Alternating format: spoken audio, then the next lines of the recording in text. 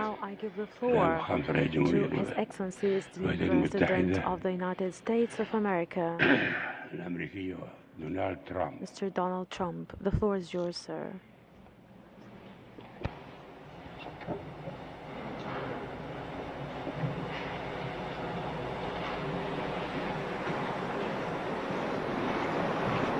Thank you. I would like to thank King Solomon for his extraordinary words and the magnificent kingdom of Saudi Arabia for hosting today's summit. I am honored to be received by such gracious hosts.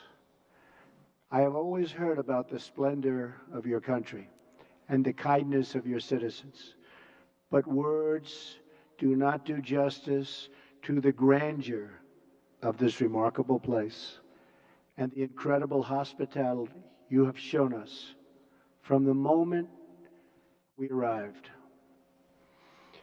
You also hosted me in the treasured home of King Abdul Aziz, the founder of the kingdom who united your great people. Working alongside of another beloved leader, American President Franklin Roosevelt, King Abdul Aziz began the enduring partnership between our two countries. King Solomon, your father would be very, very proud to see that you are continuing his legacy. And just as he opened the first chapter of our partnership, today we begin a new chapter that will bring lasting benefits to all of our citizens. Let me now also extend my deep and heartfelt gratitude to each and every one of the distinguished heads of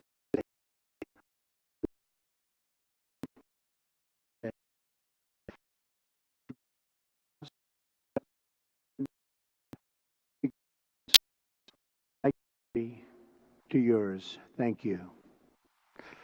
I know that our time together will bring many blessings to both your people and to mine.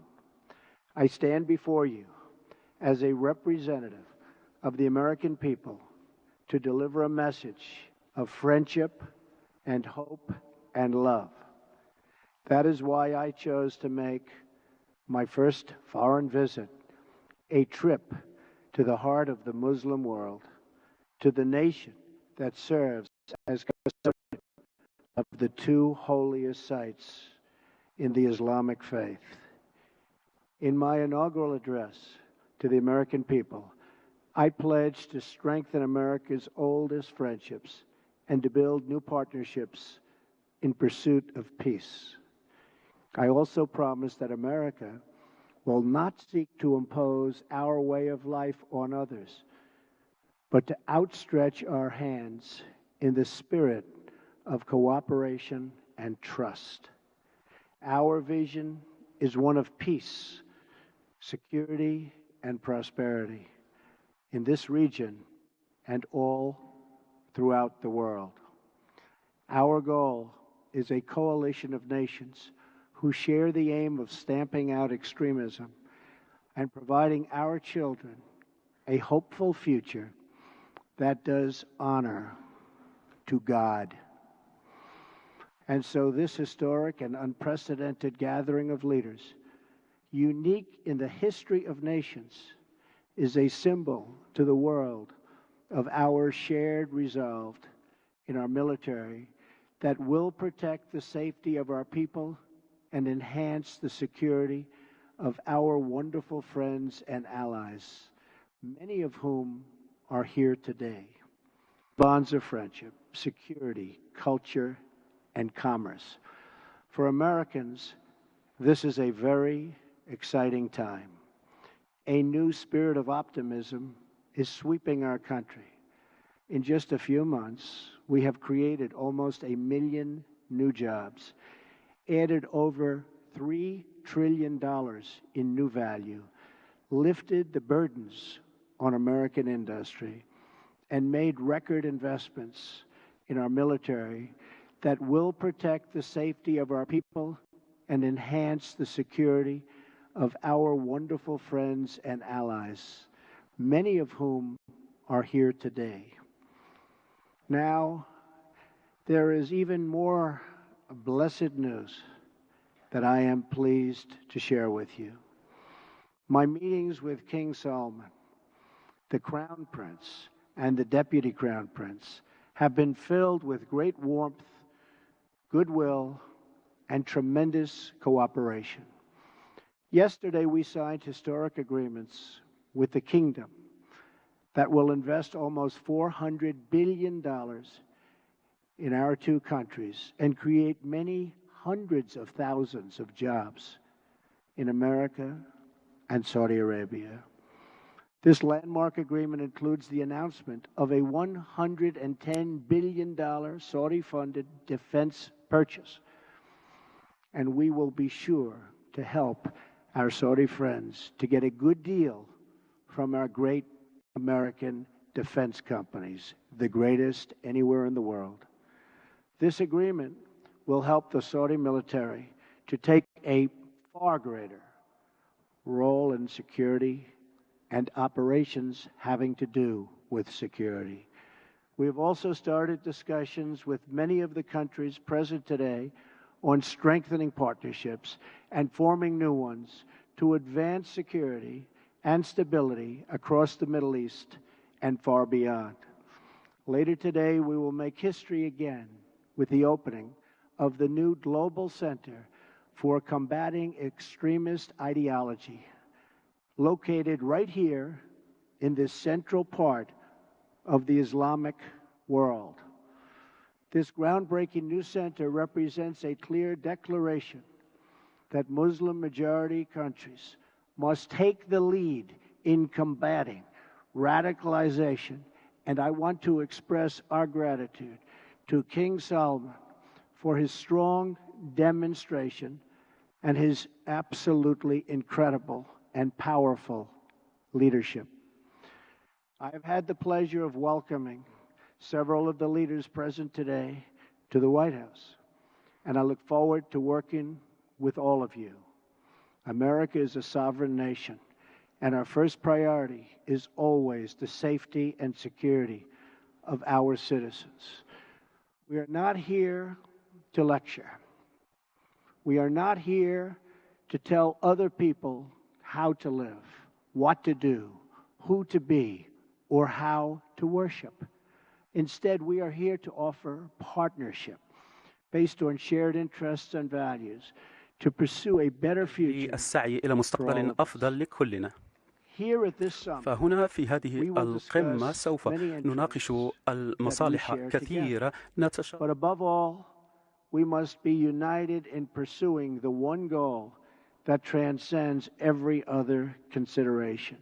That goal is to meet history's great test, to conquer extremism and vanquish the forces that terrorism brings with it every single time.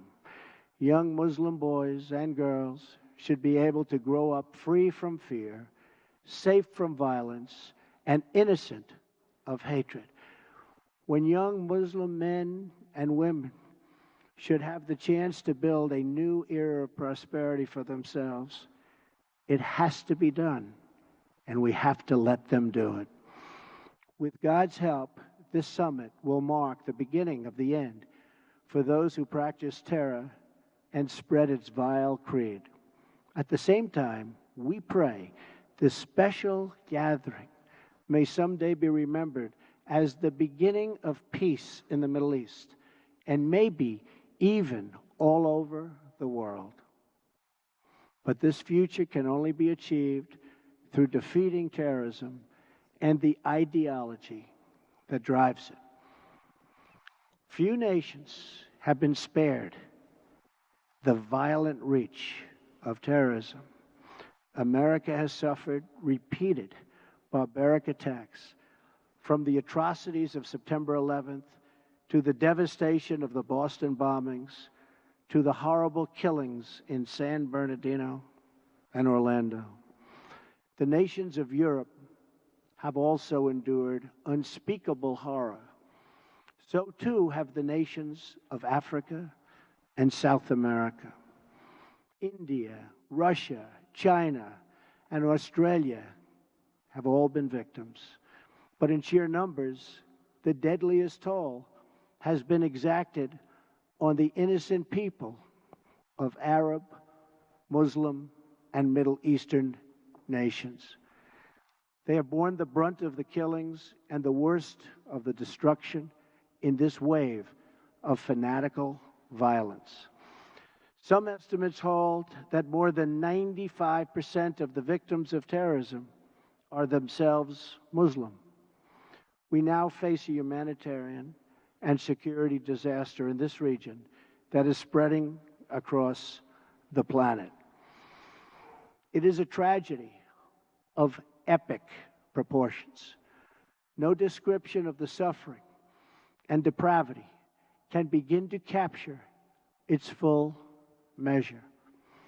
The true control of ISIS, if you look at what's happening, Al-Qaeda, Hezbollah, Hamas, and so many others, must be counted not only in the number of dead, it also must be counted in generations of vanished dreams.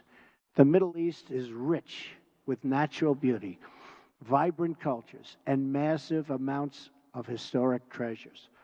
It should increasingly become one of the great global centers of commerce and opportunity. This region should not be a place from which refugees flee, but to which newcomers flock. Saudi Arabia is home to the holiest sites in one of the world's great faiths. Each year, millions of Muslims come from around the world to Saudi Arabia to take part in the Hajj. In addition to ancient wonders, this country is also home to modern ones, including soaring achievements in architecture. Egypt was a thriving center of learning and achievement thousands of years before other parts of the world. The wonders of Giza, Luxor, and Alexandria are proud monuments to that ancient heritage. All over the world, people dream of walking through the ruins of Petra in Jordan. Iraq was the cradle of civilization and is a land of natural beauty. And the United Arab Emirates has reached incredible heights with glass and steel and turned earth and water into spectacular works of art. The entire region is at the center of the key shipping lanes of the Suez Canal, the Red Sea, and the Straits of Hormuz. The potential of this region has never, ever been greater. 65% of its population is under the age of 30. Like all young men and women, they seek great futures to build, great national projects to join, and a place for their families to call home. But this untapped potential, this tremendous cause of optimism, is held at bay by bloodshed and terror. There can be no coexistence with this violence. There can be no tolerating it, no accepting it, no excusing it, and no ignoring it.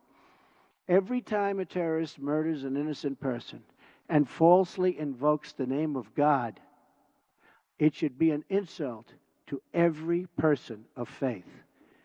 Terrorists do not worship God. They worship death. If we do not act against this organized terror, then we know what will happen and what will be the end result. Terrorism's devastation of life will continue to spread. Peaceful societies will become engulfed by violence, and the futures of many generations will be sadly squandered. If we do not stand in uniform condemnation of this killing, then not only will we be judged by our people, not only will we be judged by history, but we will be judged by God.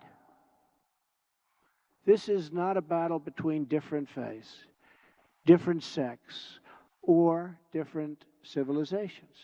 This is a battle between barbaric criminals who seek to obliterate human life and decent people, all in the name of religion. People that want to protect life and want to protect their religion. This is a battle between good and evil. When we see the scenes of destruction in the wake of terror, we see no signs that those murdered were Jewish or Christian, Shia or Sunni. When we look upon the strains of innocent blood soaked into the ancient ground, we cannot see the faith or sect or tribe of the victims. We see only that they were children of God whose deaths are an insult to all that is holy.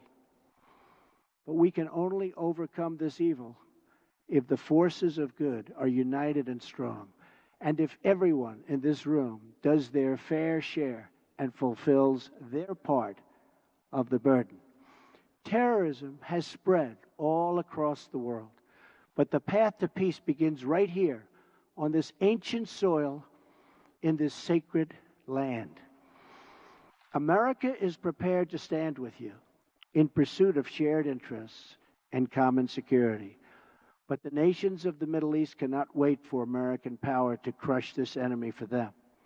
The nations of the Middle East will have to decide what kind of future they want for themselves, for their country, and frankly, for their families and for their children. It's a choice between two futures, and it is a choice America cannot make for you.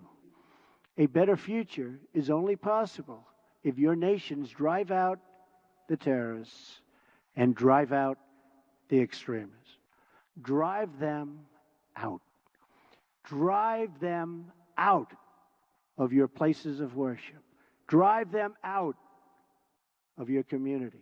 Drive them out of your holy land. And drive them out of this earth. For our part, America is committed to adjusting our strategies to meet evolving threats and new facts. We will discard those strategies that have not worked and will apply new approaches informed by experience, talent, and judgment. We are adopting a principled realism rooted in common values, shared interests, and common sense. Our friends will never question our support, and our enemies will never doubt our determination. Our partnerships will advance security through stability, not through radical disruption. We will make decisions based on real-world outcomes, not inflexible ideology. We will be guided by the lessons of experience, not the confines of rigid thinking. And wherever possible, we will seek gradual reforms, not sudden intervention. We must seek partners, not perfection, and to make allies of all who share our goals. Above all, America seeks peace, not war. Muslim nations must be willing to take on the burden if we are going to defeat terrorism and send its wicked ideology into oblivion. The first task in this joint effort is for your nations to deny all territory to the foot soldiers of evil. Every country in the region has an absolute duty to ensure that terrorists find no sanctuary on their soil. Many are already making significant contributions to regional security. Jordanian pilots are crucial partners against ISIS in Syria and Iraq. Saudi Arabia and a regional coalition have taken strong action against Houthi militants in Yemen. The Lebanese army is hunting ISIS operatives who try to infiltrate their territory.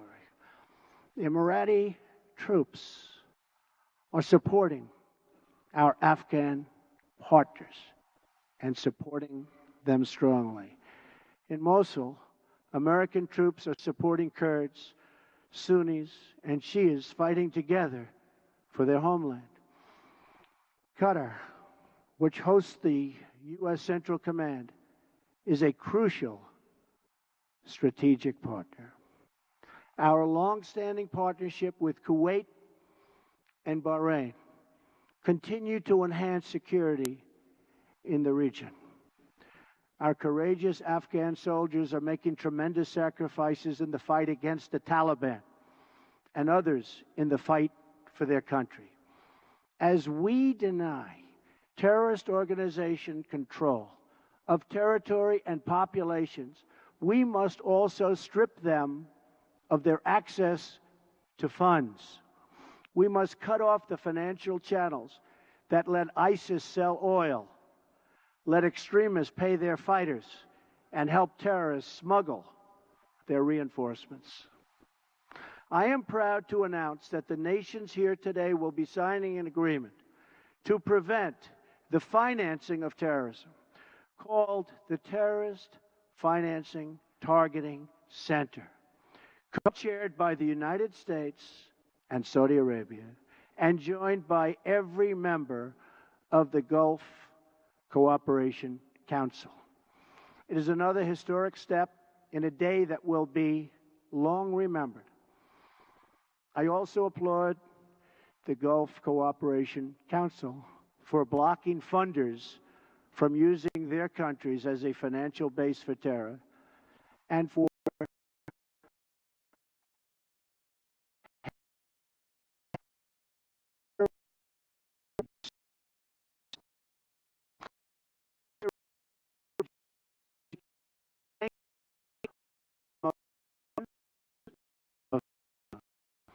of course, there is still much work to be done.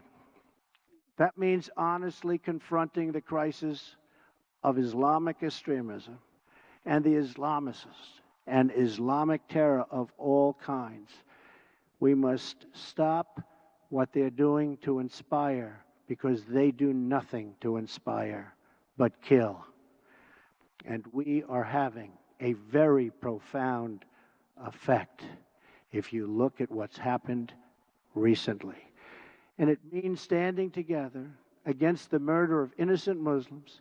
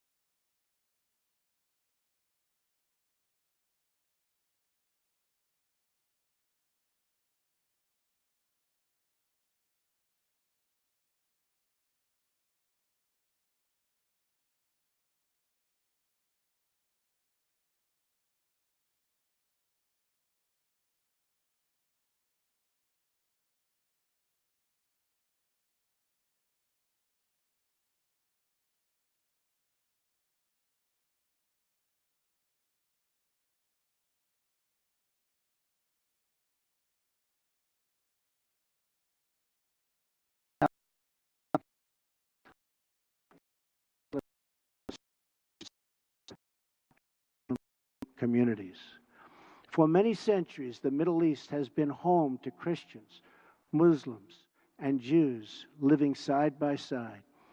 We must practice tolerance and respect for each other once again and make this region a place where every man and woman, no matter their faith or ethnicity, can enjoy a life of dignity and hope. In that spirit, after concluding my visit in a fabulous place that we're at today, Riyadh, which I've gotten to know so well in so short a time, I will travel